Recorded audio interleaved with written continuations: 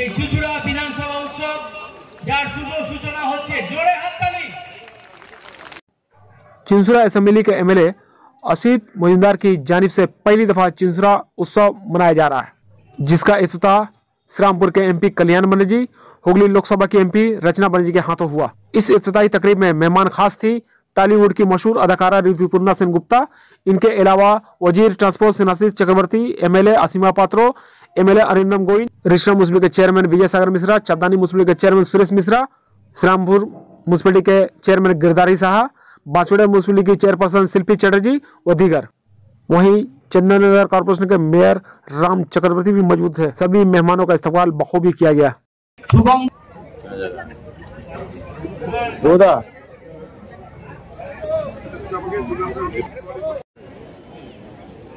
শিল্পী চ্যাটার্জি তাকে বরণ করে নেওয়ার জন্য শ্রাবণী দাস, চুচুড়া পুরসভার কাউন্সিলর শ্রাবণী দাস।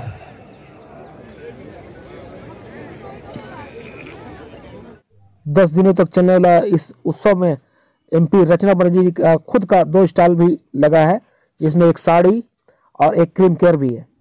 इस मौके पर एमपी रचना बनर्जी ने क्या कहा, चलिए सुनते हैं। उपस्थित विशिष्ट মানুষ কোলান্ডা আজকে আমাদের এখানে স্পেশাল গেস্ট, নেহাশিস দা আমাদের এখানে স্পেশাল গেস্ট, সবাই স্পেশাল, অরিন্দম স্পেশাল গেস্ট, আমাদের অত্যন্ত প্রিয় আমাদের শ্রদ্ধেয় মানুষ মেয়র সাহেব এখানে রয়েছেন, তিনি ভীষণ শ্রদ্ধেয়, অসীমাদি, রঞ্জন দা প্রত্যেকে, এবং আপনারা সবাই আজকে এখানে উপস্থিত হয়েছেন। আপনাদের সবাইকে করজোড়ে প্রণাম জানাচ্ছি। শুভ সন্ধ্যা। আজকে একটা খুব ভালো অনুষ্ঠানে আমরা সবাই একত্রিত হয়েছি, মিলিত হয়েছি। এর আগে চুচুড়া উৎসব কখনো পালন করা হয়নি, এই প্রথম বছর যেটা আমাদের বিধায়ক অসিত বাবু প্ল্যান করে করেছেন, এবং আপনাদের সকলের আশীর্বাদ নিয়ে, ভালোবাসা নিয়ে এই চুচুড়া উৎসব আজ থেকে শুরু হচ্ছে, আগামী 10 দিন থাকবে। আমরা ভীষণ খুশি, আমি তো ভীষণ খুশি, কারণ আমার জায়গায় এরকম একটা সুন্দর উৎসব মানুষ দেখতে পাচ্ছে, মানুষ আনন্দ পাবেন, মানুষ এখানে প্রাণ খুলে মন খুলে ঘোরাঘুরি করবেন, খাবেন দাবেন, কেনাকাটা করবেন।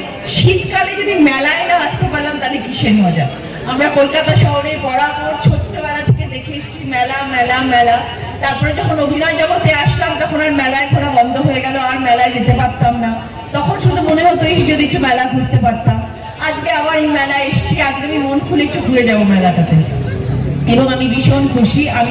আমি আশা করব আপনাদের সকলের এই মেলা খুব আকর্ষণীয় হবে এবং আপনারা আনন্দ করবেন নেক্সট 10টা দিন, এবং আগামী প্রতিটি বছর যেন অসুবিধা এরকম ধরনের মেলার আয়োজন করেন সেই আশা আমরা রাখবো।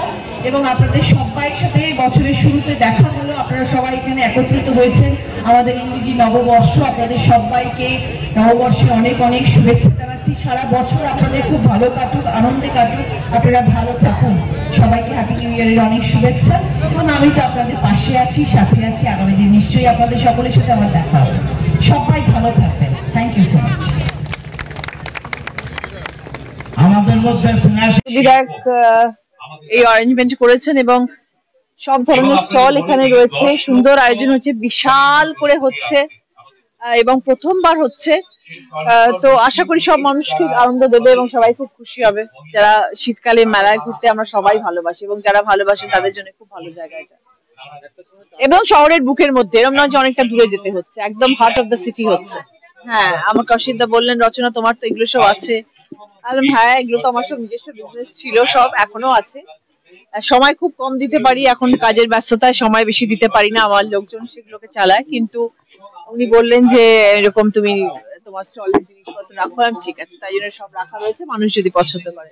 আমি বার্তা সবসময় দিয়ে আসছি আমার দিদি নাম্বার 1-এ মঞ্চে, মহিলারা নিজের পায়ে দাঁড়াও, মহিলারা রোজগার করো, শিক্ষিত হও, সমাজে মাথা তুলে উঁচু করে দাঁড়াও, হাত পাতবে না কারোর কাছে। ছেলে মেয়ে এখন সমাজে সমান সমান। একটা বাড়িতে মেয়ে জন্ম নেওয়া মানে আমরা সবসময় বলি 10টা ছেলের সমান।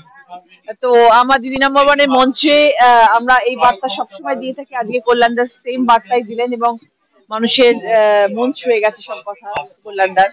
এবং আমরা চাই যে দাদা যে মেসেজ, সেই দাদার মেসেজ আমরা সবসময় চাই যে সাধারণ মানুষ যেন শোনেন, বোঝেন, এবং আগামী দিনেও যেন মেয়েরা নিজের পায়ে দাঁড়িয়ে প্রতিষ্ঠিত হতে পারে। আমার শাড়ির বিজনেস তো অনেক দিনের, অনেক বছর হয়ে গেছে। বাট আগে আমি নিজে খুব ইনভলভ থাকতাম, এখন একটুখানি কম হয়ে গেছে কারণ আমি কাজের ব্যস্ততার মধ্যে। তো আমার লোকজন সেটাকে করে, শুধু শাড়ি নয়, আমার রচনা কেয়ার স্কিন কেয়ার প্রোডাক্ট এখানে রয়েছে, সেটাও আমি শুরু করেছিলাম, সেটারও ভীষণ ভালো রেসপন্স আমার। কিন্তু আমি সেখানে খুব বেশি সময় এখন দিতে পারছি না, যতটুকু পারছি করছি। এবং আজকে আমার চুঁচুড়া শহরের ভেতরে এত বড় একটা উৎসব হচ্ছে, সেই জন্য আমি আমার স্টল এখানে দিয়েছি। অসুবিধা বললেন রচনা তুমি তোমার সব প্রোডাক্ট নিয়ে এখানে স্টল দাও। 10 দিন ব্যাপী চলবে এই উৎসব এবং দেখা যাক, হয়তো মানুষের ভালো লাগবে, হয়তো বিক্রি হবে। ও নিজস্ব দোকান, দেখা যাক, হতেও পারে। এটা ভালো আইডিয়া দিয়েছো, আমার মাথায় ছিল না। এটা তুমি যে বললে ভাবছি এবার আমি দোকান খুলেই দিই। সব ডিসকাউন্টে, সব ডিসকাউন্ট, যেই নেবে সেই ডিসকাউন্ট পাবে।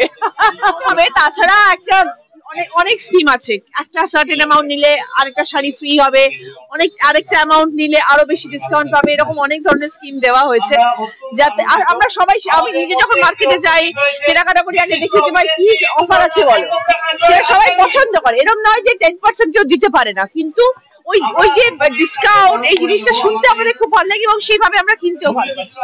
তো সেই জন্য সাধারণ মানুষের কথা ভেবে